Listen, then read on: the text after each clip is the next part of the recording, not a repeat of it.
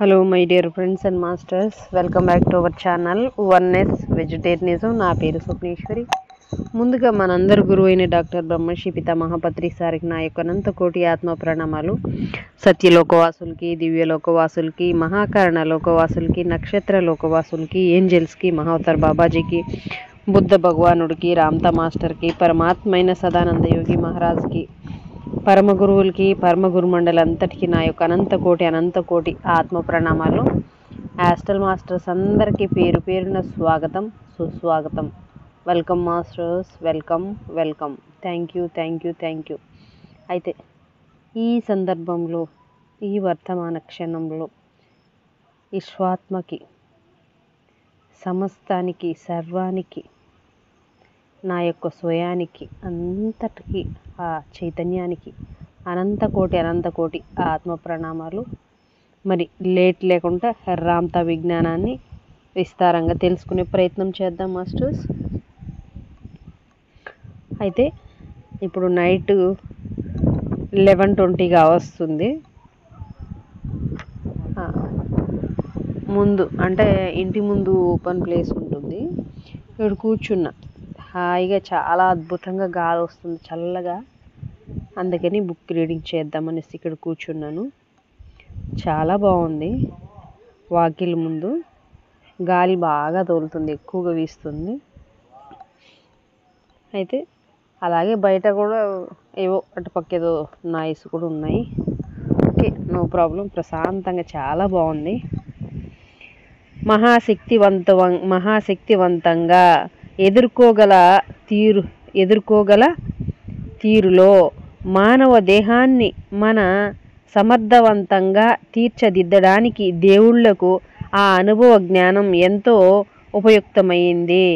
తనకు బాహ్యంగా ఉన్న దేవుడితో మానవుడి స్వాభిరుచి ప్రణయ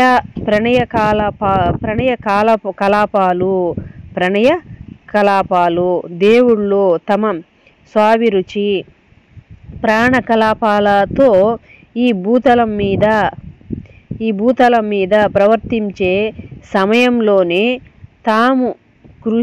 తాము కృషించిన జీవజాలాలతో సహా అనుభూతి చెందుతూ కలిసి వ్యవహరించడానికి ఉవ్విళ్ళూరుతున్న సమయంలోనే ప్రారంభమయ్యి దేవుళ్ళు అప్పటికే మొక్కలుగా తయారైపోయి ఉన్నారు.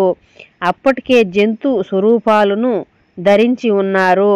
క్రిమి కీటకాలుగా కూడా వాళ్లే తయారైపోయి ఉన్నారు. అప్పటికే అన్ని స్వరూపాలను వాళ్ళు ధరించే ఉన్నారు. కానీ సృష్టి సర్వస్వం మీద పరమోన్నతంగా ఉండి అన్నింటి మీద తమ స్వాభిరుచిని, అధికారాన్ని, ఆధిపత్యాన్ని సొంతం చేసుకోగల మానవ శరీరాకృతిని ధరించడానికి దైవాలు ఊరడమే వారి మహోన్నత ప్రేమ. తర్వాత ప్రేమ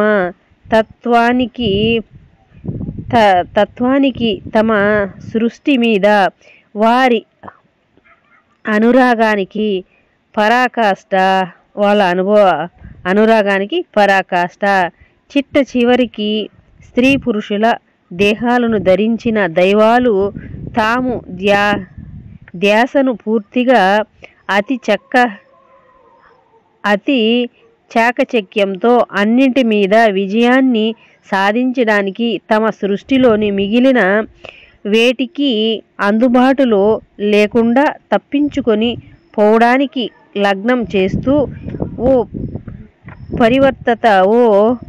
పరివర్ణిత జీవస్థితిని పొందారు. కానీ సంబంధించిన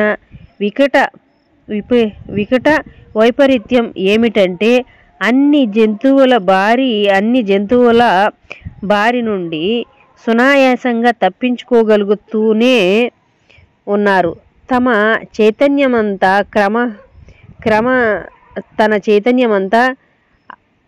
ఆక్రమిస్తున్న బ్రతికి ఉండాలన్న బలమైన కోరికను మాత్రం తప్పించుకోలేకపోవడమే. చివరికి వాళ్లకున్న బ్రతుకు మీద ఆశే, మృత్యు భయమే వాళ్ళ శరీర పతనానికి దారి తీసింది. దేనికి ఒకడు భయపడతాడో అదే అతడికి సృష్టించబడి తయారవుతుంది కనుక దైవాలు సృష్టించిన సర్వ విషయాల్లో భయాన్ని మించిన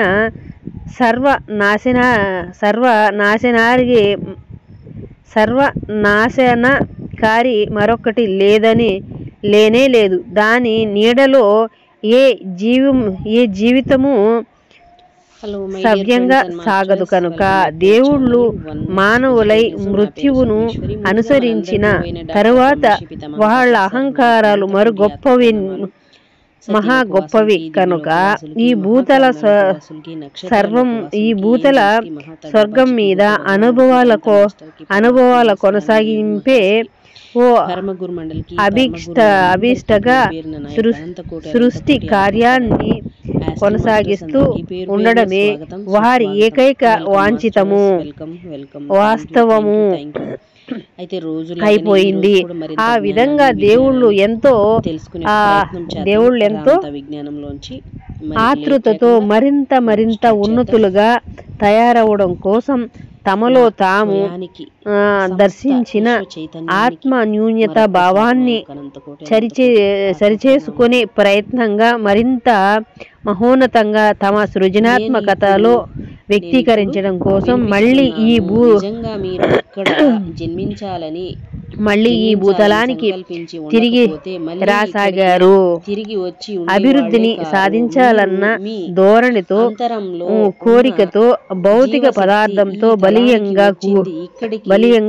కూరుకుపోయిన దేవుళ్ళు తమ దివ్యత్వాన్ని, శాశ్వతత్వాన్ని, అమరత్వాన్ని పూర్తిగా మరచిపోయి మృత్యు జీవస్మృత్యు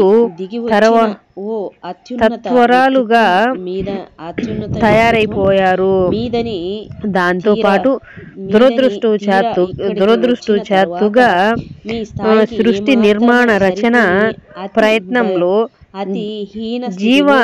జీవితంలో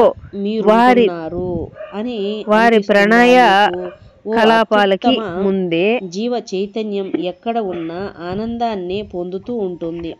వర్తమానం ముందే పోటీ తత్వం వల్ల మరింత ఉన్నతంగా, మరింత మహనీయతతో ఉండాలన్న ఆలోచనలు చేయడం వల్ల జీవ సర్వస్వంతో ఉనికి ఏకత్వపు ప్రజ్ఞ దేవుళ్లలో నశించిపోవడం ప్రారంభమైంది. ఈ ఒక్క మాట వినండి మాస్టర్, మీ ఏకత్వం నిజంగా ఓ క్షణం దూరంలోనే, ఒక శ్వాస దూరంలోనే ఉంది. మీ అంతరపు లోతుల్లో దేనితోనూ అన్యంగా ఉండకూడదని ఒకసారి గట్టిగా మీరు అనుకుంటే మళ్ళీ అన్యంగా ఎప్పుడూ మీరు ఉండరు. కేవలం మీ వ్యక్తిత్వపు తీరుతోనే, మీ సంకుచిత సంకల్పంతోనే మార్పు చెందిన మీ గురించి మీ గుర్తింపుతోనే ఆలోచన సర్వస్వంలోంచి మీరు విడిపోయారు. మళ్ళీ ఆ సంకల్ప విస్తృతంలోకి దాని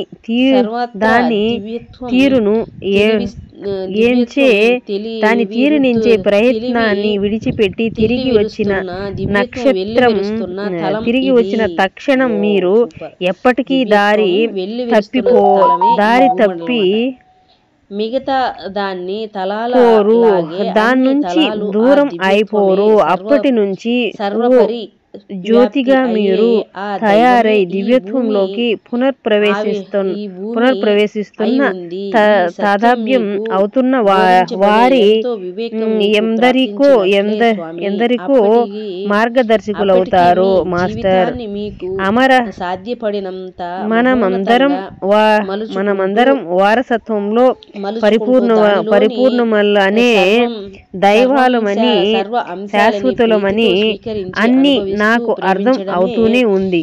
అయినా ఎంతో జాగ్రత్తగా నేనుండాలి అనే నన్ను నేను కాపాడుకోవాలి అనే అభద్రతా భావం ఇంకా నాలో అప్పుడప్పుడు కలుగుతూనే ఉంటుంది. నా నిజతత్వపు వ్యక్తీకరణకు అడ్డు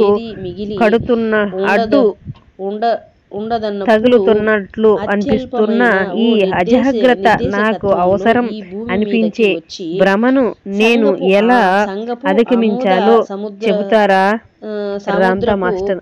ఆత్మరక్షణ కోసం జంతువుల శరీరాల్లో అద్భుతమైన యంత్రాంగాలు ఏర్పడి ఉన్నాయి అన్న విషయం మీకు కూడా తెలుసు మాస్టర్. అవి జీవిస్తూ అనుభవాలను పొందుతూ అభివృద్ధిని సాధించే తీరులోనే ఆ జీవ ప్రణాళిక ఆ జంతువుల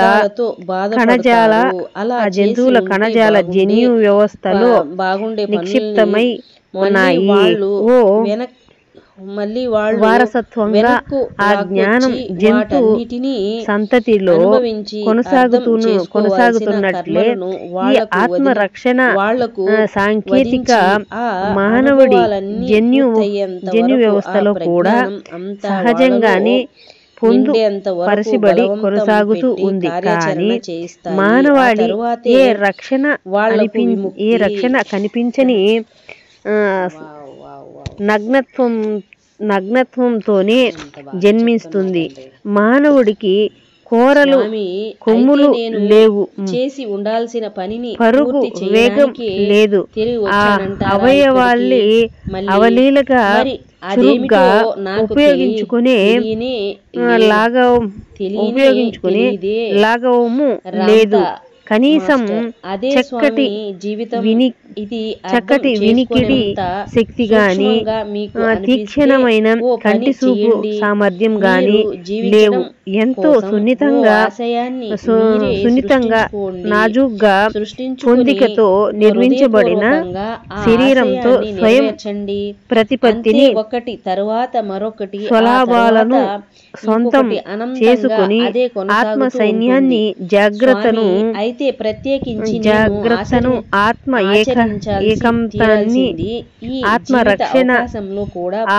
ఆత్మరక్షణ ఆయుధాలుగా సహజంగా పొంది మానవుడు ఉన్నాడు. అలా ఉండకపోయి ఉంటే మహాప్రజ్ఞ పరిణామ మహాసృజనాత్మక భౌతిక నిజతత్వంలో ఇప్పుడు మానవుడు ఉండేవాడే కాదు. వివేకం మాత్రమే మీరు అనుభవించిన ఆ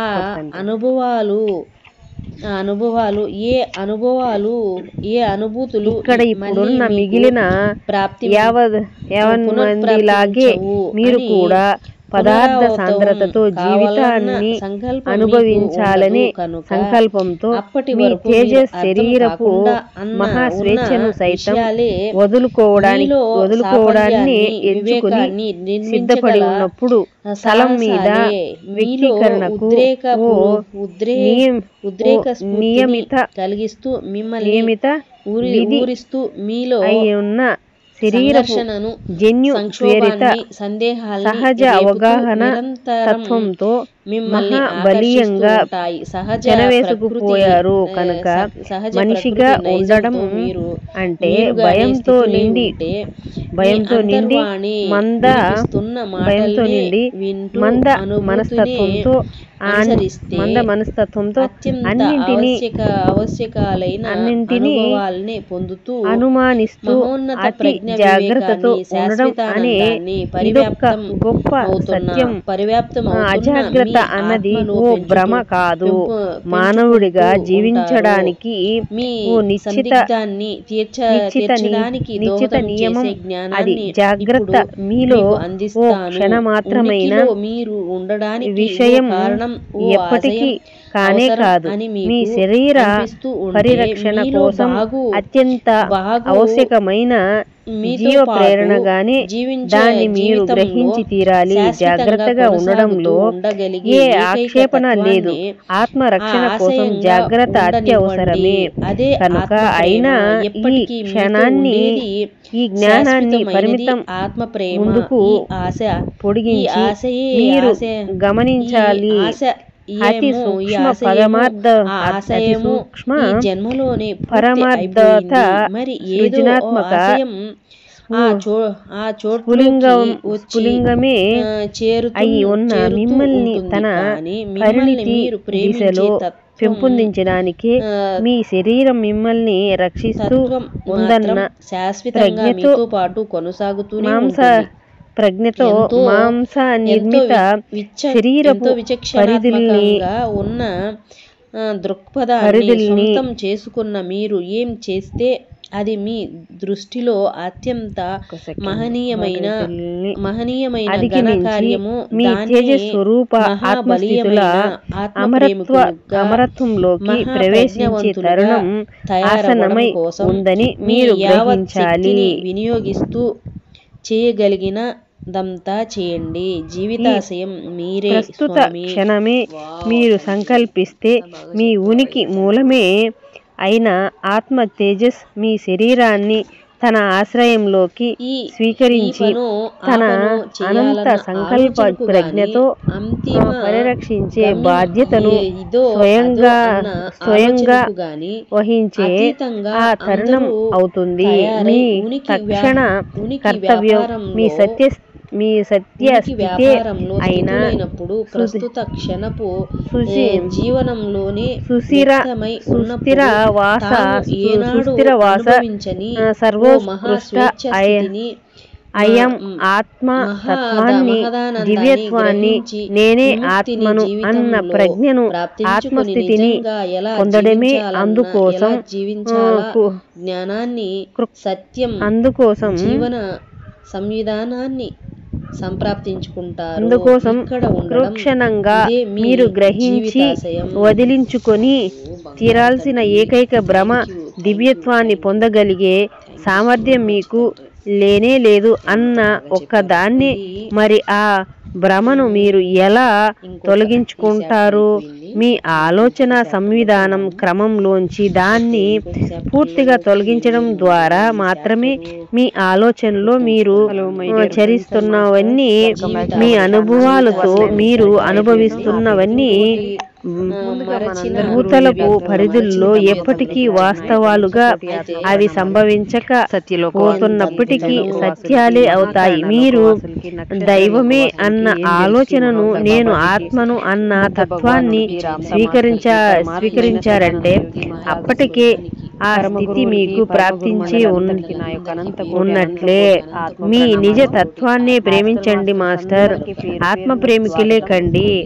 మీరు మీ శాశ్వతులేనని, దైవాలు మీరేనని తెలుసుకోండి. మీ దివ్యత్వాన్ని గ్రహించండి. ఆ స్థితిని అనుభవించండి. ఆ ప్రజ్ఞ సర్వం ప్రజ్ఞ నా యొక్క స్వయానికి ప్రజ్ఞ పరిస్వాగాన్ని పొందండి. మిమ్మల్ని యుగాల పర్యంతం పరిరక్షించిన మీ వాస్తవత్వం జీవ ప్రజ్ఞ మర్యులు కారు. అమరులే మీరు, పరిమిత మానవులు కారు, అపరిమిత దైవమే మీరు అన్న ప్రజ్ఞకు ఎదురు లేదు. అందుకని బుక్ రీడింగ్ చేద్దామని ఇక్కడ కూర్చున్నాను. సూపర్ సూపర్ తండ్రి. వాకిల్ ముందు ఎంత అద్భుతం, అద్భుతం తండ్రి, మహా అద్భుతం. Thank you so much. అలాగే బయట కూడా అందరికీ నా యొక్క అనంతకోటి ఆత్మ ప్రణామాలు. ఈ సందర్భంగా నా స్వయానికి, చాలా బాగుంది, సర్వానికి